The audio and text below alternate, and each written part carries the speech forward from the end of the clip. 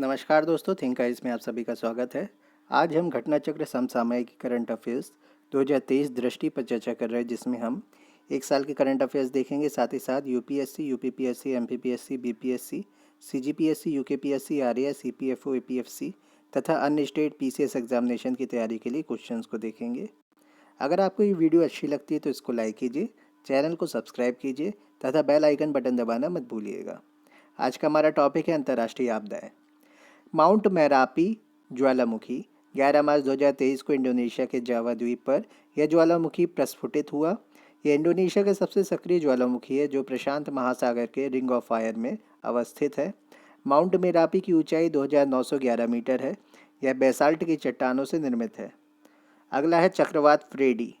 तो फ्रेडी चक्रवात 21 फरवरी 2023 को उष्णकटिबंधीय चक्रवात फ्रेडी, ट्रॉपिकल साइक्लोन फ्रेडी ने पहली बार मेडागास्कर अफ्रीका तट पर लैंडफॉल किया, पानी बरसाया। इस चक्रवात के प्रभाव के Mozambique, Zimbabwe, Malawi, Madagascar, Zambia तथा रियूनियन द्वीप जो फ्रांस का है वहाँ पर देखा गया। Mozambique, Zimbabwe, Malawi, Madagascar, Zambia और रियूनियन जो द्वीप है, आइलैंड है, फ्रेंच टेरिटरी है, यहाँ पर देखा गया। फ्रेडी चक्रवात ऑस्ट्रेलिया के तट पर विकसित हुआ तथा दक्षिण हिंद महासागर को पार करते हुए लगभग 8000 किलोमीटर की दूरी को तय करके ये मेडागास्कर में लैंडफॉल किया। इसने यह अब तक के इतिहास में सर्वाधिक दिनों तक 34 दिनों तक रहने वाला चक्रवात, लॉन्गेस्ट लास्टिंग ट्रॉपिकल साइक्लोन है। 34 डेज तक रहा ये। नासा के अनुसार इस चक्रवात ने इतिहास में किसी भी दक्षिणी गोलार्ध के तूफान की तुलना में सबसे अधिक संचित चक्रवात ऊर्जा, हाईएस्ट एक्यूमुलेटेड साइक्लोन एनर्जी होने का रिकॉर्ड बनाया है। उल्लेखनीय है कि संचित चक्रवात ऊर्जा ACE एक ऐसा सूचक है जो किसी चक्रवात के जीवन काल के दौरान उससे संबद्ध पवन ऊर्जा, विंड एनर्जी की कुल मात्रा को मापता है। इस चक्रवात को बहुत गंभीर, वेरी इंटेंस उष्णकटिबंधीय चक्रवात के रूप में वर्गीकृत किया गया है। इस चक्रवात को 6 फरवरी 2023 को ऑस्ट्रेलियाई मौसम विज्ञान ब्यूरो द्वारा फ्रेडी नाम दिया गया। तो नाम किसने दिया है? ऑस्ट्रेलिया ने दिया है इसका नाम। बात करते हैं चक्रवात गैब्रियल की। 11 फरवरी 2023 को चक्रवात गैब्रियल ने न्यूजीलैंड में लैंडफॉल किया। तो बारिश कहाँ पर हुई? न्यूजीलैंड में हुई। किससे हुई? गैब्रियल से हुई। और ऊपर वाला हमने जो फ्रेडी देखा था, इससे मेडागास्कर में लैंडफॉल हुआ था ज़्यादातर। तो अब गैब्रियल की बात करते हैं। प्रारंभ में यह एक उष्णकटिबंधीय चक्रवात था जो न्यूजीलैंड में उपोष्णकटिबंधीय तूफान, सब ट्रॉपिकल स्टॉर्म के रूप में परिवर्तित हो गया। 8 फरवरी 2023 को ऑस्ट्रेलियाई मौसम विज्ञान ब्यूरो ने इस चक्रवात को गैब्रियल नाम दिया। इस चक्रवात को गंभीर श्रेणी 3 सीवियर कैटेगरी 3 के तहत वर्गीकृत किया गया। यह चक्रवात वर्ष 1968 में आए चक्रवात गिसेले के बाद न्यूजीलैंड से टकराने वाला सबसे घातक चक्रवात रहा। इस चक्रवात के बाद न्यूजीलैंड में राष्ट्रीय आपात, नेशनल इमरजेंसी की घोषणा कर दी गई। न्यूजीलैंड के इतिहास में आपात की यह तीसरी उद्घोषणा रही। बात करते हैं तुर्की और सीरिया में भूकंप की। 6 फरवरी 2023 को दक्षिण एवं मध्य तुर्की और सीरिया में 7.8 तीव्रता का अति गंभीर भूकंप आया। भूकंप का अधिक केंद्र, एपिक सेंटर, दक्षिण मध्य तुर्की में गाजियानटेप शहर के पास स्थित था। तो गाजियानटेप में था इसका केंद्र। इस भूकंप में दोनों देशों के लगभग 57,000 लोगों की मृत्यु हो गई। 6 फरवरी 2023 से ही भारत सरकार द्वारा दोनों देशों में त्वरित राहत एवं बचाव अभियान के लिए ऑपरेशन दोस्त शुरू किया गया। और जो दोस्त का मतलब होता है, तुर्की और हिंदी दोनों में समान होता है, फ्रेंडशिप यानी फ्रेंड्स।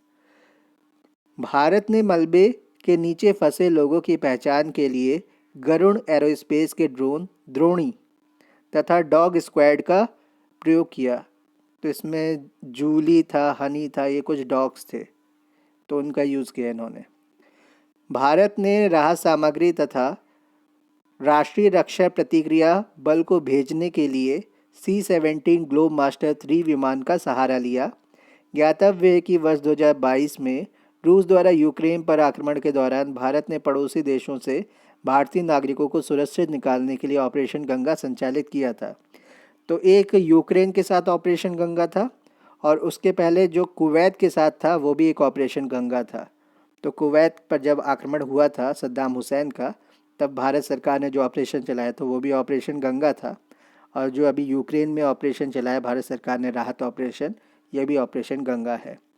बात करते हैं जोशीमठ के भूधसाव की। जनवरी 2023 को इसरो की एक रिपोर्ट में जोशीमठ में 27 दिसंबर 2022 एवं 8 जनवरी 2023 के मध्य 5.4 सेंटीमीटर 5.4 सेंटीमीटर भूधसाव का खुलासा किया गया। जोशीमठ उत्तराखंड के चमोली जिले में एक छोटा सा शहर है। रिपोर्ट के अनुसार अप्रैल से नवंबर 2022 के मध्य जोशीमठ में 9 सेंटीमीटर का धसाव उत्पन्न हुआ। इसरो ने इस रिपोर्ट को तैयार करने के लिए कार्टोसैट 2S उपग्रह का सहारा लिया। विदित हो कि जोशीमठ भारत के भूकंपीय जोन 5 में स्थित है, जो उच्च जोखिम वाले क्षेत्र को दर्शाता है। बात करते हैं चक्रवात मैंडिस की, साइक्लोन मैंडिस। 9 दिसंबर 2022 को भारत के पूर्वी तट पर बंगाल की खाड़ी से उत्पन्न उष्णकटिबंधीय चक्रवात मैंडस टकराया। इसका लैंडफॉल क्षेत्र ममल्लपुरम तमिलनाडु के आसपास रहा। भारतीय मौसम विज्ञान द्वारा इस तूफान को बहुत गंभीर चक्रवात सीवियर साइक्लोन स्टॉर्म की श्रेणी में शामिल किया गया। तो जो भारत का मौसम विज्ञान विभाग है, उसने जो ये तूफान है उसकी कैटेगरी रखी है सीवियर साइक्लोन स्टॉर्म की। इस चक्रवात का नामकरण संयुक्त अरब अमीरात द्वारा किया गया। मैंडस का अरबी भाषा में अर्थ है खजाने का पिटारा, ट्रेजर बॉक्स। बात करते हैं सितरंग चक्रवात की, सितरंग साइक्लोन। 24 अक्टूबर 2022 को चक्रवात सितरंग ने बांग्लादेश के दक्षिणी भूभाग में लैंडफॉल किया, बारिश करी। इसने बांग्लादेश के अतिरिक्त भारत, पश्चिम बंगाल, त्रिपुरा, असम एवं मेघालय को भी प्रभावित किया।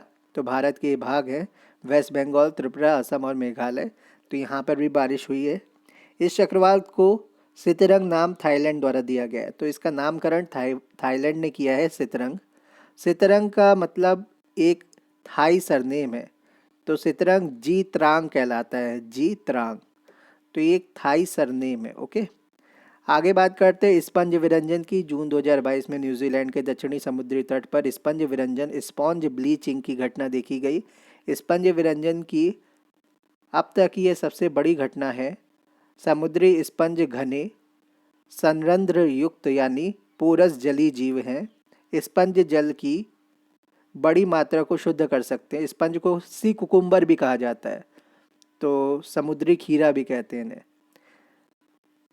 तो स्पंज जल की बड़ी मात्रा को शुद्ध कर सकते हैं। प्रवाल की तरह स्पंज को भी अधिक तापमान के कारण विरंजन का खतरा होता है।